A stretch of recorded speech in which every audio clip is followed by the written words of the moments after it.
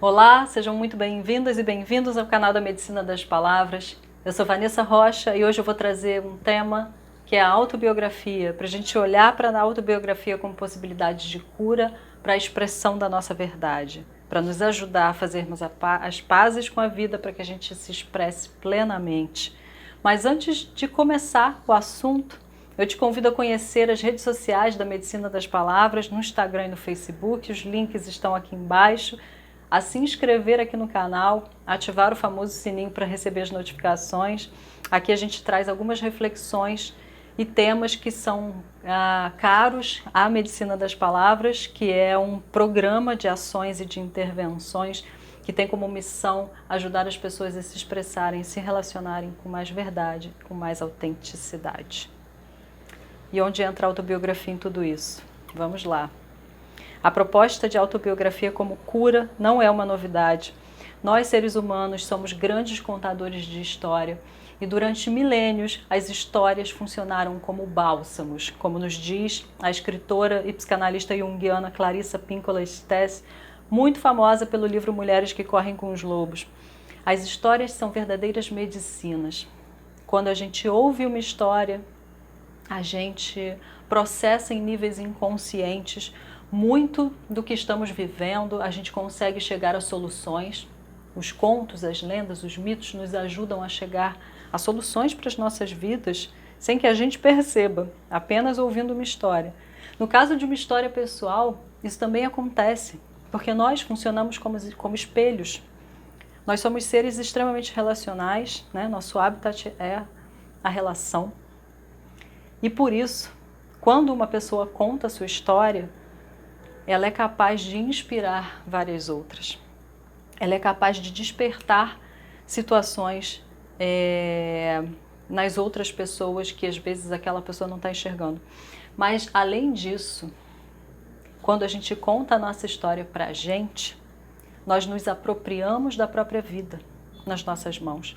Nós nos tornamos os artífices e os artistas da nossa grande obra, que é a nossa vida. Nós nos tornamos alquimistas, transformando a pedra bruta, que é tudo que a gente viveu, no ouro cheio de sentido, que é a história que a gente quer contar sobre a gente. Não com fantasias, não com idealizações. Porque o processo de contar a própria história, antes de tudo para si mesmo, você não precisa compartilhar, mas escrever a própria história para você, é um processo de mergulho profundo, que vai te trazer um autoconhecimento, e aí eu estou falando de um lugar de quem faz isso, e já fez muito, um autoconhecimento bem lá embaixo. Você vai olhar para você por perspectivas que você ainda não olhava, porque quando você escreve sobre o que você viveu, ou grava um áudio, ou grava um vídeo, quando você conta a história, você está criando psiquicamente, você está organizando psiquicamente aqueles acontecimentos. Você está dando um sentido, e a gente precisa de sentido, a nossa psique precisa de sentido, a gente tem uma estrutura que é simbólica. Não dá para a gente viver no niilismo, não dá para a gente viver na total falta de sentido, enlouquecer como Macbeth. Eu sempre gosto de trazer Macbeth, esse personagem regicida de Shakespeare, que é uma das minhas peças preferidas, embora seja uma peça bem menor do que a maioria das peças de Shakespeare. Macbeth, que fala aquela famosa frase, né, da vida ser uma história contada por um idiota, cheia de som e fúria, sem sentido algum. Se a gente vive nesse grande vazio, a gente vive num profundo sofrimento, e esse profundo sofrimento causa sofrimento aos outros, porque é o sofrimento de uma pessoa que leva a atitudes agressivas, a atitudes discriminatórias, de exclusão e de violência. Um sofrimento que está inconsciente, que ela não está reconhecendo. Então, por isso que é importante a gente dar sentido para a existência. E esse sentido é uma grande criação. Precisamos ficar em paz com isso. Que o sentido é a gente que dá. E olha que liberdade que existe nisso. E escrever a própria história, contar a sua própria história, desenvolver a sua autobiografia é um profundo processo de cura emocional, de cura de feridas emocionais e de conseguir observar os seus padrões de comportamento, os seus padrões emocionais, os seus julgamentos, como que você mais se julga e julga o outro. Você vai ter na tua mão um dado muito importante, um verdadeiro livro sobre você, uma verdadeira revelação sobre você. E quando a gente dá nome para as coisas, quando a gente escreve sobre elas e fala sobre elas, elas ganham concretude. Então é um profundo ato de coragem também escrever a própria história, porque falar sobre, né, escrever sobre, tira você da idealização, do lugar idealizado onde você se colocou, onde você colocou uma determinada história. Tira, diminui também o tamanho do monstro, né? A gente tem dois processos psíquicos importantíssimos que acontecem na autobiografia, nesse processo de contar a própria história. Um deles é você diminuir o tamanho dos monstros da sua vida, dos monstros que habitam a sua realidade psíquica. Às vezes um acontecimento traumático, um acontecimento doloroso, uma dívida, uma coisa que você não quer olhar. E aí ela fica maior do que ela poderia ser. E você não elabora e você não tira a intensidade psíquica daquilo. Você precisa tirar a intensidade psíquica do trauma e para isso você tem que olhar para ele. Devagar, às vezes é preciso ir devagar. Se você não consegue contar uma história sem um sintoma de ansiedade, de medo, de tristeza, de angústia, isso é um ótimo sinal também que você precisa trabalhar aquilo. Então, na hora que você vai contar a sua história, você sabe o que você está apto a falar e o que você não está, o que você já superou e o que você não superou. E não precisa se forçar, é importante dizer isso, né? Mas percebeu que uma coisa está sendo difícil, opa, tem que trabalhar isso aqui. Vou buscar uma terapia, vou buscar um processo para conseguir lidar com isso. E aí daqui a pouco você vai estar conseguindo contar essa história sem se desesperar. E quem sabe vai poder contar para o outro e inspirar outras pessoas. E por outro lado, existe um outro ganho psíquico aí e transformador, que a gente sai do mundo ideal que a gente vive em muitas situações. De um ideal de nós mesmos, de um ideal, de um pedestal que a gente coloca as pessoas, e aí traz tudo para um plano, para o mesmo plano. E começa a olhar para aquilo e dar sentido para aquilo na sua vida. E conta a própria história e se apropria dela, e não o que o outro fala sobre você. E não... O outro sempre vai contar sobre a gente. O nosso ego, inclusive, ele vai começar a se formar a partir do que o outro nos diz.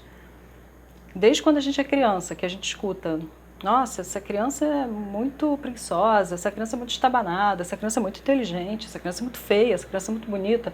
Tudo isso vai construir o nosso ego, a história que a gente conta sobre a gente. E vai nos fazer multiplicar inúmeras vezes essas historinhas que contamos. A gente tende a falar: eu sou muito assim, eu sou muito desse jeito, né? Toda hora a gente solta numa conversa: não, porque eu sempre fui assim, porque eu penso dessa forma, porque eu sou assado. Será que é? Será que isso não é uma história que você aprendeu a acreditar sobre você? Tenta escrever sobre isso. Tenta contar essa história para você, para ver se ela faz sentido. Então, é nesse sentido que eu trago a ideia de autobiografia como cura. É um processo de fazer as pazes com a vida. É um processo de amor fati. Amor fati é uma expressão do filósofo Nietzsche que eu gosto muito. É um dos conceitos principais da obra de Nietzsche. E que tem muito a ver com a resiliência, mas também com a potência, que vai além do suportar a vida, né? O Nietzsche fala muito sobre a importância da realidade, da gente sair do mundo da idealização e olhar para o real. pro que está acontecendo, né? Para aquilo que você está sentindo no agora, para aquilo que você está pensando e desejando, para fatos que aconteceram. E amar tudo isso, amar o que lhe aconteceu, por mais difícil que seja. Claro que é uma provocação de Nietzsche. A gente sabe que não é fácil amar a vida em toda a sua totalidade. Só que a maior parte da vida está fora do nosso controle. E se a gente não faz as pazes com isso, a gente é incapaz de ter força e potência para agir diferente, para se posicionar diferente, para ter coragem de ser quem se é.